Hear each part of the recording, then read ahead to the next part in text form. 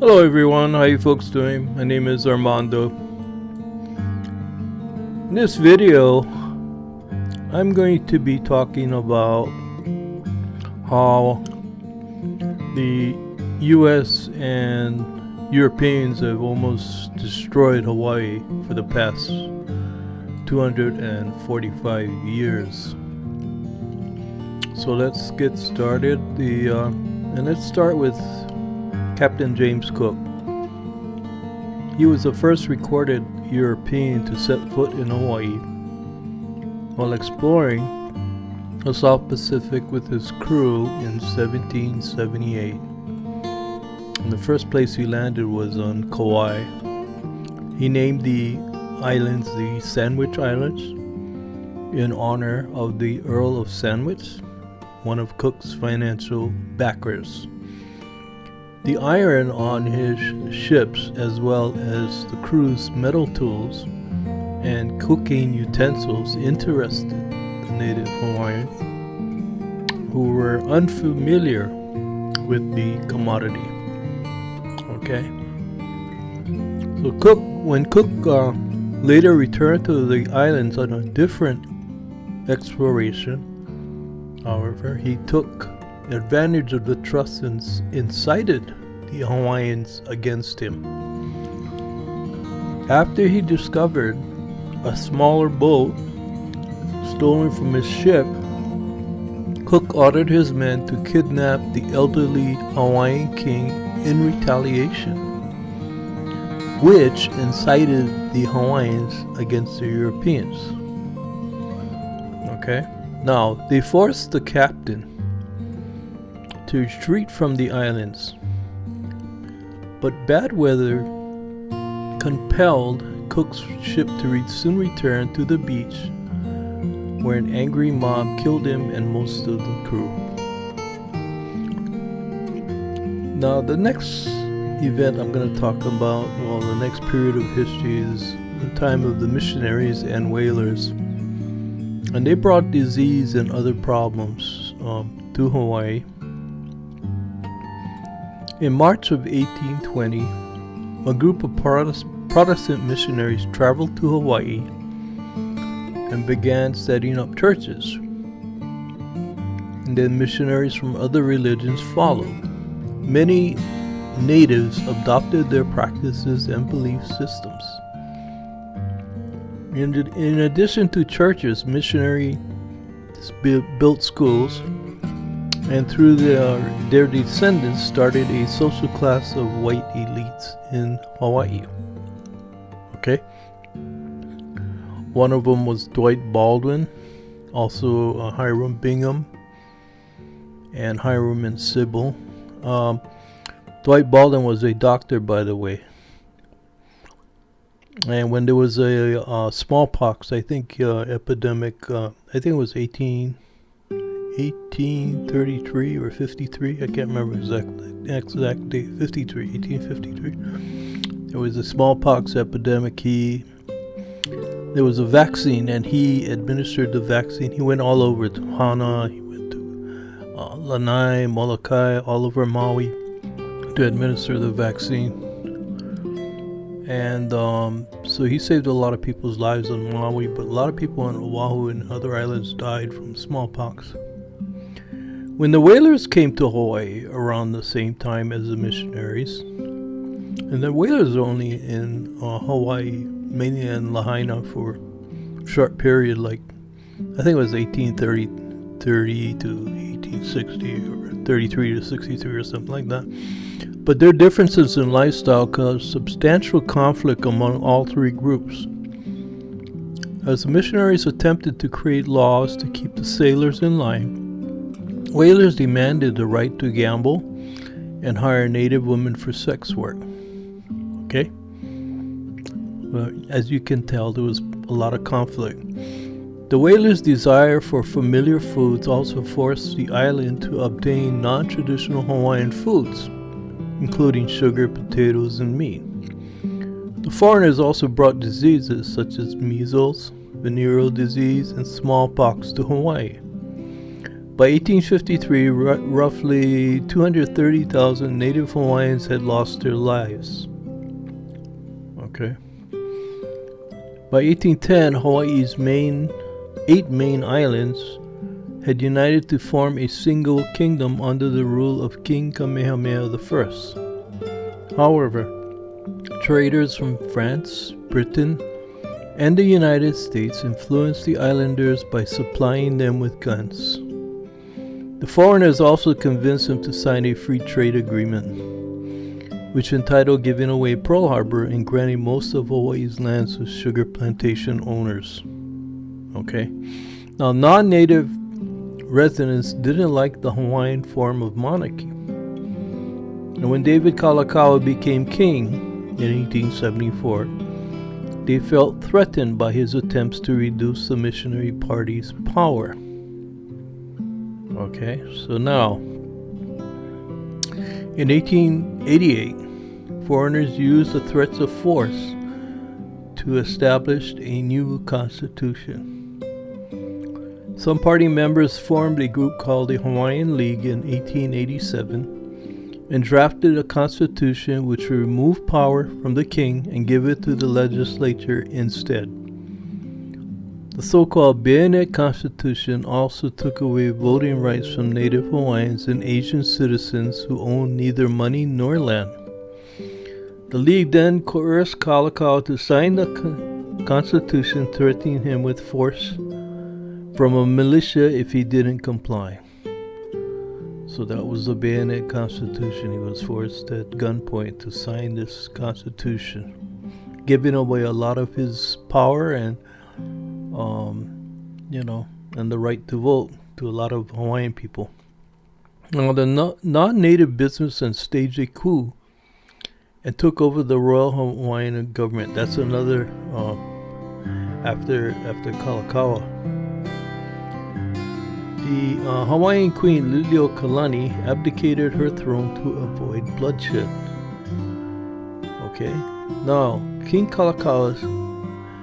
This is now after Kalakaua was Liliuokalani assumed the throne in 1891, when the king passed away. As queen, Liliuokalani attempted to restore the monarchy's power and return voting rights to the native Hawaiians, but the self-imposed white legislature refused to pass it. So she wanted to reverse what happened in the Bayonet Constitution and bring back the power to the monarchy. Okay? But that pissed a lot of people. Fearing the possible loss of control, a group of 13 men from the United States, Germany, and Britain formed the Committee of Safety. Backed by the U.S. military, the group of businessmen with stakes in the pineapple and sugar industries staged a coup in January 17th of 1893 to overthrow Liliuokalani's rule. Okay, so that's what happened at that time. Now, the coup had about 1,000 supporters in Hawaii, and the U.S. sent a ship, that was the USS Boston, with more than 120 Marine Corps members for support as tensions grew. And the U.S. Minister John L. Stevens was in cahoots with these guys too. Now, a policeman died from a gunshot while trying to stop the committee's unofficial militia from illegally acquiring arms. Community members took advantage of the confusion and ran into a government building claiming they were now in charge. You can imagine the confusion that was going on at that time. The U.S. Minister to Hawaii, as I mentioned, John L. Stevens, took the group's side and recognized committee leader Sanford Beebdo, who later became the president of the Republic of Hawaii, a relation to the founder of Dole Foods, that's James Dole, his cousin, as head of this new provisional government. Okay? Now, Queen Liliuokalani stood down from fighting the U.S. actions of 1893 with force, realizing many might die if she resisted the coup. So she saved a lot of lives by, stepping down. Meanwhile, as leader of the new U.S. provisional government in Hawaii, Sanford Dole began the process of annexation by submitting a treaty to the U.S. Senate. So immediately after the provisional government, that was their objective or aim, was to get annexation of this new government. Okay. Now, several congressmen realized the Native Hawaiians didn't support the annexation, and even President Grover Cleveland spoke out against the idea. Supporting Liliuokalani's return to the throne, he sent a new minister to represent the U.S. to Hawaii. But Dole refused to stand down, forming the Independent Republic of Hawaii in 1894. He told President Cleveland, this is out of your jurisdiction, because Hawaii was not a territory or state at that time. Okay, so since President Cleveland didn't want bloodshed either, he decided not to send in troops. However, Native Hawaiians took matters into their own hands. In 1895, they attempted their own coup, but did not succeed, costing several lives in the process. And that was led by Robert William Wilcox, the rebellion. And I have another video talking about the rebellion against the Republic of Hawaii at that time. After the new republic government arrested Liliuokalani, they accused her of knowing and having knowledge of this rebellion or treason, and charged her with treason. She officially abdicated the throne, and she basically abdicated to save the lives of Robert Wilcox, and there was 5 others, 6 of them total. So she abdicated to save their lives. They're going to be killed. Sugar. Okay, the next thing. Sugar dominated Hawaii's economy and pushed natives off their land. Now, sugar was a booming thing, and that was mainly what they were trying to, the planters were afraid that when Liliuokalani wanted to, restore the monarchy, powers of the monarchy, they were afraid of that. Okay, so sugar was the main thing back then. Now, when the missionaries in Hawaii realized the islands were ideal for growing sugar cane, they convinced the Hawaiian monarchy to sell them land. Sugar plantations cropped up all over the islands, run by white people wealthy enough to afford the property. Okay. The plantation owners hired workers from nearby Asian countries such as Korea, Japan, and China. Now, the Chinese came in 1855, and Japanese came in 1866. That was a Ganon Mono. And the Filipinos came in 1906. That was a Sakata. Though some set up their business and returned to America to live, a few stayed behind in Hawaii. Actually, a lot of them stayed behind in Hawaii and set up business in Hawaii. By 1900, sugar plantation owners dominated Hawaii's economy, despite comprising only 5% of the island's residents. Okay, so those owners only comprised 5% of the total population. Their plantations grew, forcing Hawaiians to give up their land. At the end of the Civil War, the U.S. government helped Hawaii's sugar economy grow by offering generous import rates. However, when Congress passed the McKinley Tariff in 1890, sugar plantation owners took a hit and sales fell. This gave them more incentive to annex Hawaii and nullify these tariffs. And that was the main incentive for annexation, so that they wouldn't have to pay tariffs on their sugar, so they could, put more money into their coffers. So that's what happened. Now, another thing that happened was the Spanish-American War, and that convinced Congress to annex Hawaii. Okay. Since President Grover Cleveland refused to act towards annexing Hawaii, the task fell to his successor, William McKinley. So William McKinley was all in favor of annexation. In 1897, McKinley signed. First time they tried to pass it, it failed. They didn't have a majority vote in the Senate, so it couldn't pass. But the second time, it passed. Now, in 1897, McKinley signed a treaty with the Republic of Hawaii, which proved helpful to America when the Spanish-American War began. And that was mainly because of Pearl Harbor, as we will see.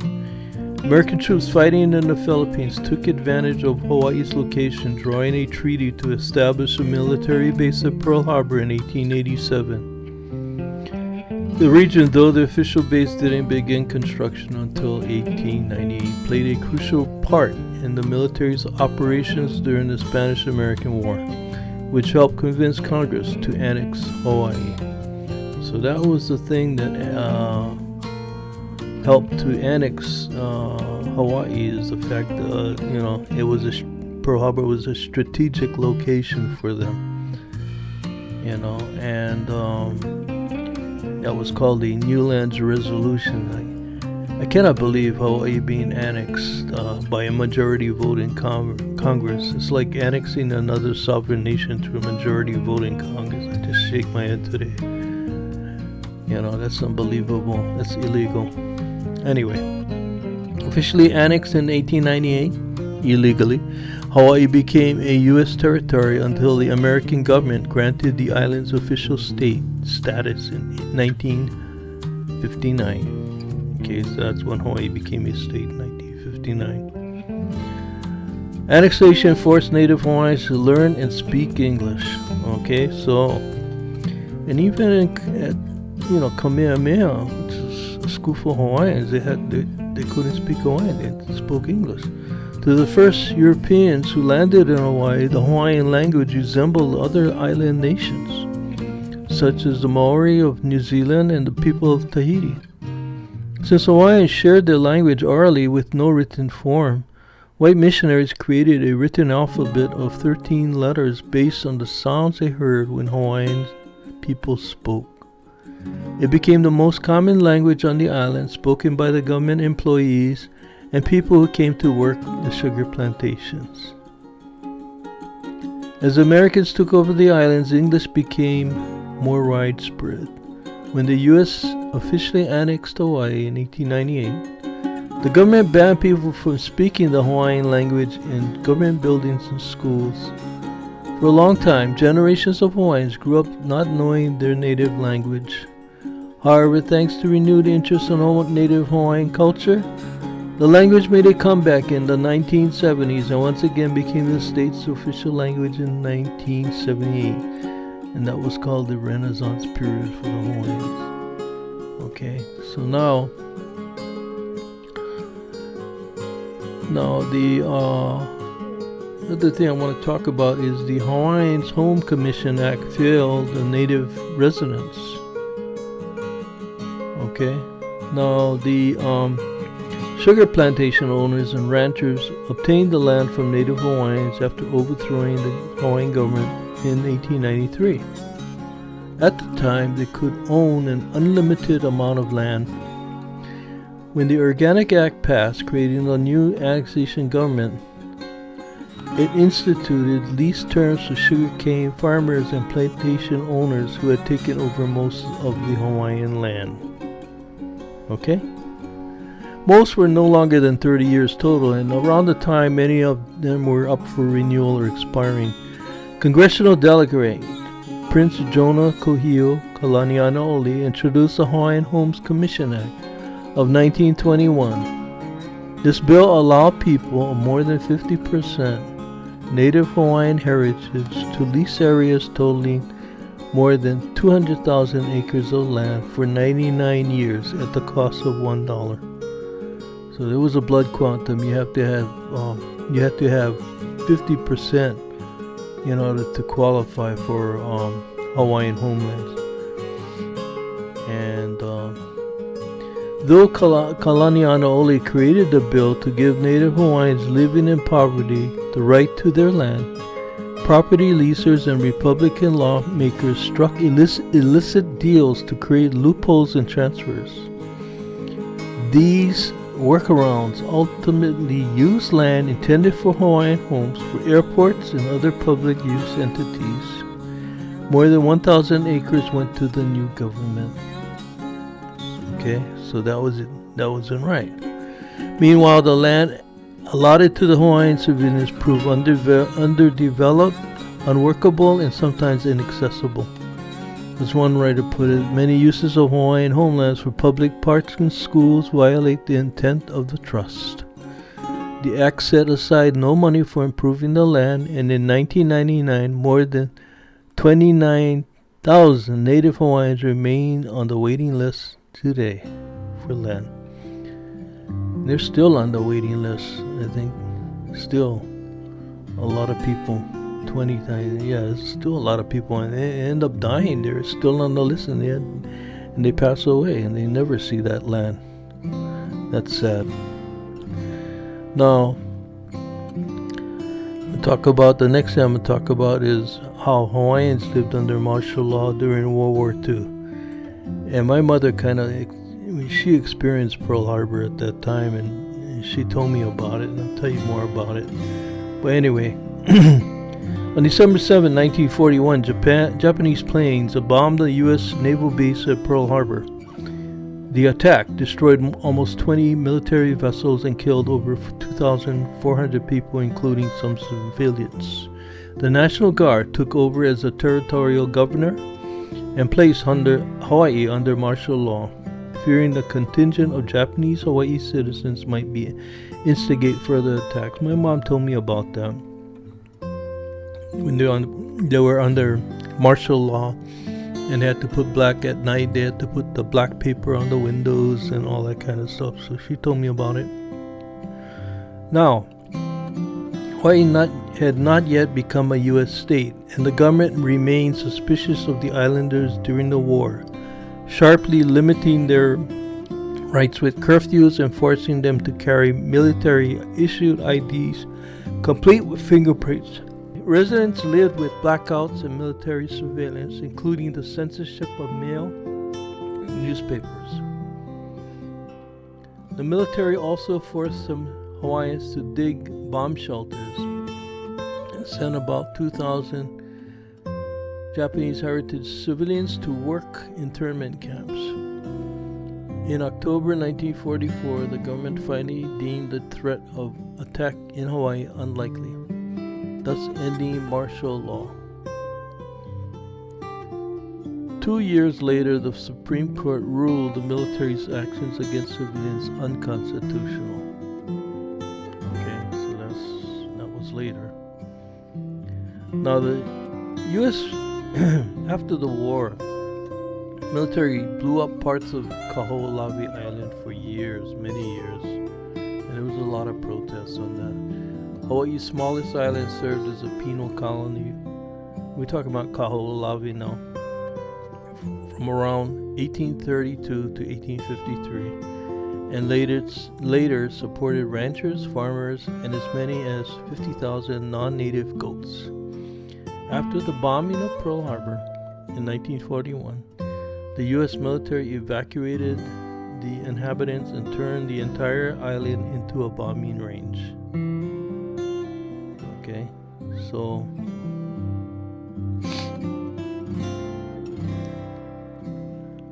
they fired missiles at the island's cliffs from ships and submarines to test their weapons, setting off large quantities of nuclear TNT near the shore to simulate the effects of a nuclear blast on nearby ships. Since Native Hawaiians viewed the island as sacred, they considered the military's actions as sacrilegious. Okay, now President Dwight Eisenhower passed a bill in 1953 to return the land to the native people after the military completed weapons testing. The bombings continued into the 1970s. The Native Hawaiians formed the Protect Kaho'olawe Ohana group in protest and occupied the island several times, with one occupation lasting 35 days. 2 men went missing, and one of them was George Helm. He had a beautiful voice. I remember him singing. Went missing while traveling from the island during these protests, putting further pressure on the military to return the land. The U.S. Navy agreed to conserve the island by introducing more plants and working to stop soil erosion. However, it wasn't until the George H.W. Bush administration in 1990 when the bombing ceased. Okay? Now, and the Navy gave control of the island to the state of Hawaii in 2003, but 25% of the island remained uncleared and hazardous. They're still trying to clear it actually today. All those ordinances. Tourists, and the next thing I'll talk about is tourists and new residents with money cause massive urbanization. Okay? Now, Hawaii became a U.S. state around the same time the middle class emerged post-World War II. U.S. citizens with enough income to afford a destination vacation, along with easy access to passenger airplanes, propelled tourism to the islands. Hawaiians built resorts, hotels, and golf courses for the influx of tourists, often hiring residents of nearby countries such as the Philippines as workers. Eventually, tourism replaced the sugar industry as one of the biggest contributors to the state's economy. Unfortunately, the development often encroached on beaches and other areas sacred to native Hawaiians, quickly overtaking Hawaii's natural beauty. Okay? Now,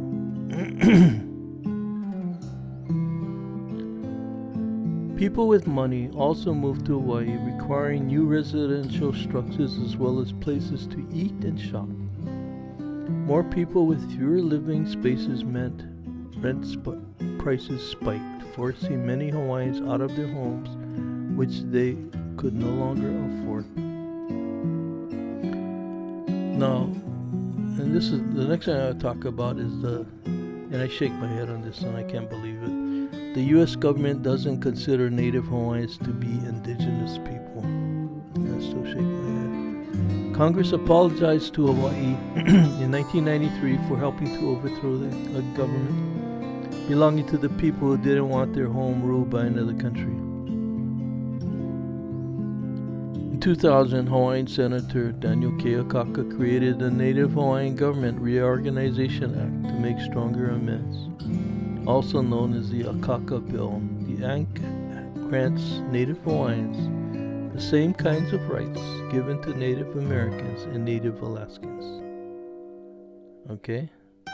Hawaiian people never gave up their right to sovereignty to anybody. Okay? Now, as of 2018, the U.S. government recognizes Hawaiians as an ethnic minority, not indigenous people. And this one, I shake my head. I cannot believe that. Unlike Native Americans and Native Alaskans, they do not have the right to govern themselves, raise funds through running gambling establishments, or possess rights to the land seized by the government. Though Alaska worked to get this bill passed for 12 years, it never received enough votes to become law. He retired in 2013 and passed away in 2018. I still shake my head on that one. Now, the next thing I'm going to talk about is the high rates of obesity and homelessness which exists among the Native Hawaiians. Okay? According to 2017 statistics, almost 40% of Native Hawaiians struggle with obesity. Though other Pacific Island countries and territories such as Samoa and the Cook Islands share this trend. Researchers believe this strongly correlates with modern food and genetics, the genes which allowed native ancestors to travel long periods without food. Traditional Pacific Island diets didn't contain the fat, sugar, and carbohydrates now abundant and inexpensive and widely available foods such as potato chips, white bread, and soda. Along with obesity, Native Hawaiians also have high rates of diabetes, psychological stress, and asthma, possibly due to cigarettes. Okay? Now, in In 2017, studies also claimed Hawaii had the highest homelessness rate in the United States outside of Washington, D.C. And reportedly, Native Hawaiians comprised almost 40% of the homeless population in 2015. Though the Hawaiian Homes Commission Act formed to set aside land for Native people, many remain on waiting lists and cannot afford skyrocketing rents. Okay, now, according to a study, some people offered housing through the program turned it down, citing the homes had inadequate space for their families, as well as were too far away from transportation or their jobs. Now, the last thing I'm going to talk about is the traditional hula dance, which led to stereotypes and commercialization. In addition to beaches, flower-patterned shirts, and tropical drinks, most people connect hula dancers to Hawaii. The dance has roots in ancient times, taking the place of a written language. Each movement of the hula tells a story, serving as the earliest record of Hawaiian mythology and history. And it's true, the hula was, before a written language, the hula, that's how they communicated and told stories of the past through the hula. And that's why it's very important to Hawaiian people. When missionaries came to Hawaii in the 1820s, they outlawed the dance, mandating Native Hawaiians adopt their customs instead. In the 1870s, under the rule of King David Kalakaua, Hawaiian culture made a comeback. People embrace the hula once more. That's why they have the Merry Monarch Festival on the Big Island in Hilo to honor the King Kalakaua who brought the hula back to the Hawaiian people. Okay. Though the dance is an art form with a long history of tradition, it has become a cultural enterprise in Hawaii. Visitors can attend shows, they can take classes and view the dance as mere entertainment. Some see the female hula dancer complete in a grass skirt and coconut bra as a Hawaiian stereotype, similar to a cigar store Indian. While the hula brought tourists to the islands, it also spawned tiki bar decorations and Halloween customs based on revered ancient traditions. Well, that's it, folks. 245 years. I cannot believe it, but there's so much change in Hawaii and to the Hawaiian people, and I just feel so sorry for the Hawaiian people. Anyway, I just hope you enjoyed this video. Mahalo for watching, and ahoy ho.